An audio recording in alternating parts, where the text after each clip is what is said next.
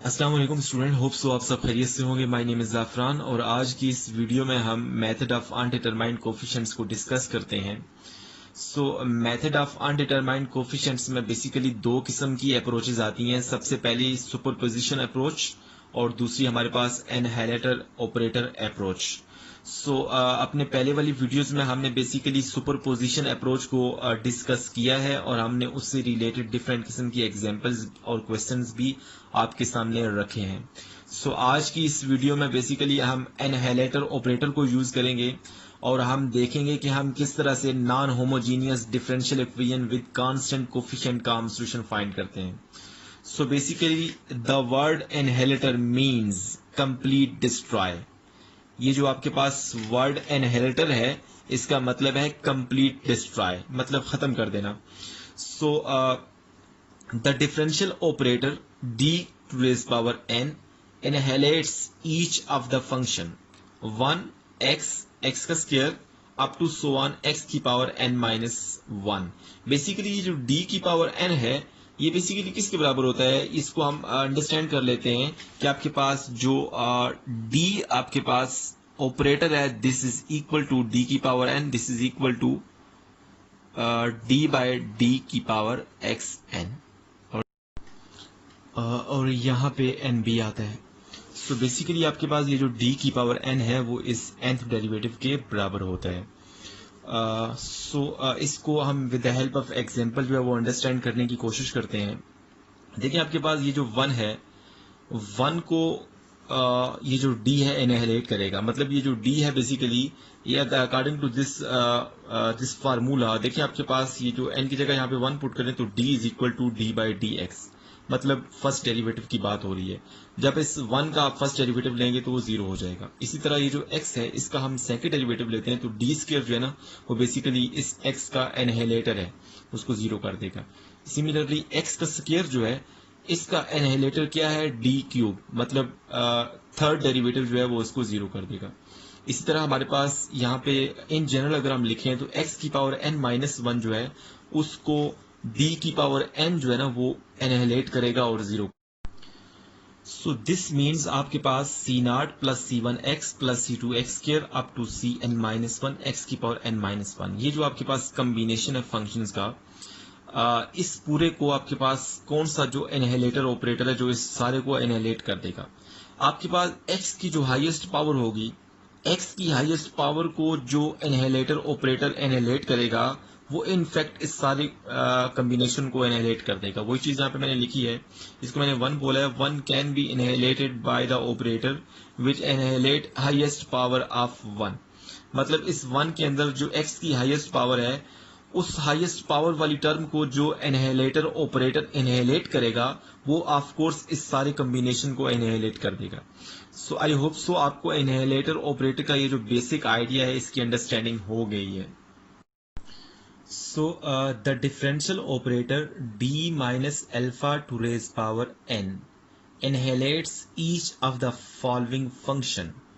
जब भी आपके पास इस तरह के फंक्शंस होंगे या सिंपल फंक्शन हो या इनका कोई कॉम्बिनेशन बना हो तो उसमें अगर हमें अल्फा और एन की वैल्यू पता चल जाए तो हम उसका इनहेरिटर ऑपरेटर आसानी से फाइंड कर सकते हैं।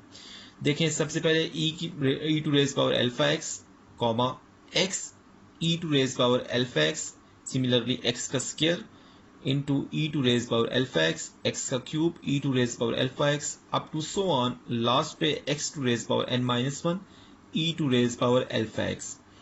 इस तरह के फंक्शन अगर सिंपल लिखे हों या इनका कोई कॉम्बिनेशन बना हो तो उसके लिए इनहेरिटर ऑपरेटर फाइंड करने के लिए हम ये वाला फार्मूला यूज करेंगे d minus alpha whole power n। Basically alpha की वैल्यू तो हम एक्सपोनेंशियल की पावर से इजीली फाइंड कर सकते हैं, लेकिन ये जो n है बेसिकली n बेसिकली हमारे पास जो है वो अगर ये सिर्फ फर्स्ट टर्म हुई तो हमारे पास n 1 होगा, अगर ये सेकंड टर्म भी साथ हुई तो हमारे पास n की वैल्यू 2 होगी। एंड सिमिलरली इसी मेथड से हम n की वैल्यू फाइंड कर सकते हैं। Basically alpha is root of multiplicity n। इसकी जो एग्जांपल है उसको हम डिस्कस कर लेते हैं। सबसे जो पहले इसकी बेसिक एग्जांपल्स हैं उसमें हमने इनहेलेटर ऑपरेटर फाइंड करना है कि हम हमारे पास कोई भी फंक्शन गिवन हो, कोई भी हमारे पास टर्म गिवन हो और अगर हमसे कहा जाए कि उसका इनहेलेटर ऑपरेटर फाइंड करें तो किस तरह से फाइंड करेंगे. So find a differential operator that annihilates the given function. A part क्या है हमारे पास 1 माइनस 5x² प्लस 8x³ अगर हम गौर करें तो हमारे पास ये जो ए पार्ट है इसमें फंक्शंस का कॉम्बिनेशन है और हमने यहाँ पे पढ़ा है कि आपके पास ये जिसको मैंने 1 बोला था c0 plus c1x plus c2x² plus so on cn-1x की पावर n-1. सो बेसिकली इस तरह का कोई भी हमारे पास कॉम्बिनेशन हो और इसका इनहेलेटर ऑपरेटर हम कैसे फाइंड करते हैं कि x की हाईएस्ट पावर का जो इनहेलेटर होगा वही आपके पास पूरे कॉम्बिनेशन का इनहेलेटर ऑपरेटर होगा. सो यहाँ पर अगर हम इस एग्जांपल में गौर करें तो x का जो क्यूब है, x की हाईएस्ट पावर 3 है और x का क्यूब जो है इसका इनहेलेटर ऑपरेटर क्या होता है d की पावर 4. मतलब फोर्थ डेरिवेटिव जब मैं इस x क्यूब का लूंगा तो हमें 0 मिलेगा. सो d4 जो है वो इस x क्यूब का इनहेलेटर ऑपरेटर है. तो इसका मतलब क्या हुआ कि जो d4 होगा वो इस पूरे कॉम्बिनेशन को 0 कर देगा. सो d4 इस पूरे कॉम्बिनेशन को 0 कर देगा. बेशक आप चेक भी कर सकते हैं, देखें 1 का आप फोर्थ डेरिवेटिव लेंगे तो ऑफ कोर्स वो 0 होगा. माइनस 5x² का आप फोर्थ डेरिवेटिव लेंगे तो वो भी 0 हो जाएगा. इसी तरह 8x³ का आप फोर्थ डेरिवेटिव लेंगे तो वो भी 0 हो जाएगा. तो ओवरऑल आपके पास इस सारे कॉम्बिनेशन का जो इनहेलेटर होगा वो d4 होगा.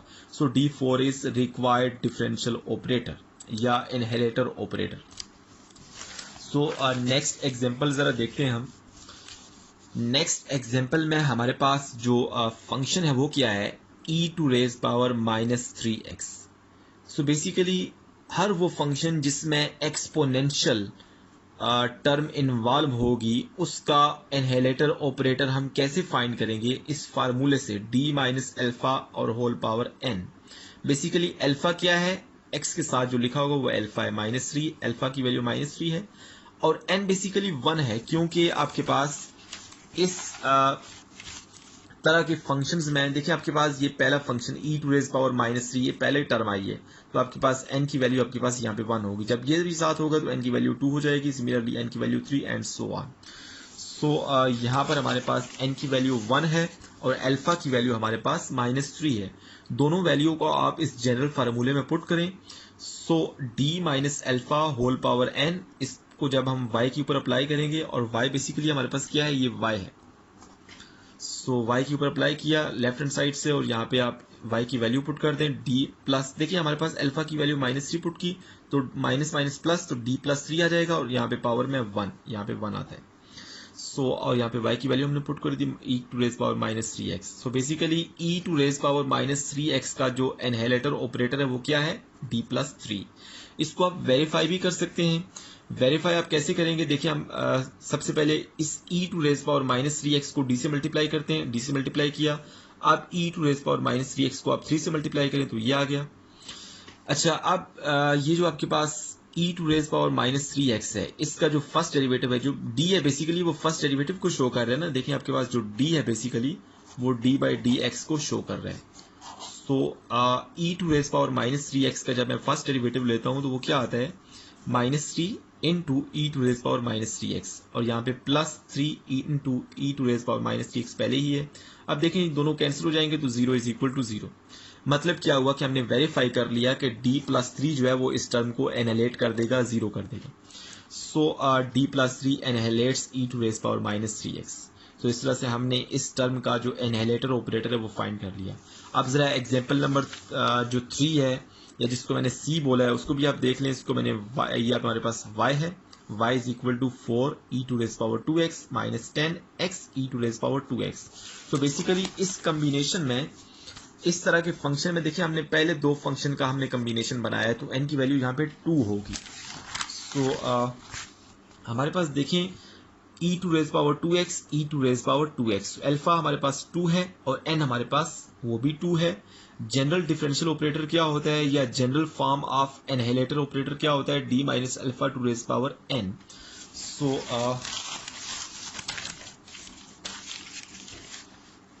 अल्फा की वैल्यू हमारे पास 2 है, n की वैल्यू भी 2 है, आपने यहाँ पे पुट करनी है। d माइनस अल्फा की जगह 2 पुट किया और n की जगह भी 2 पुट किया, तो आपके पास यहाँ पे ये फंक्शन। तो मतलब ये जो d minus 2 to raise power 2 है वो इस सारे को एनहेलेट कर देगी, जीरो कर देगी।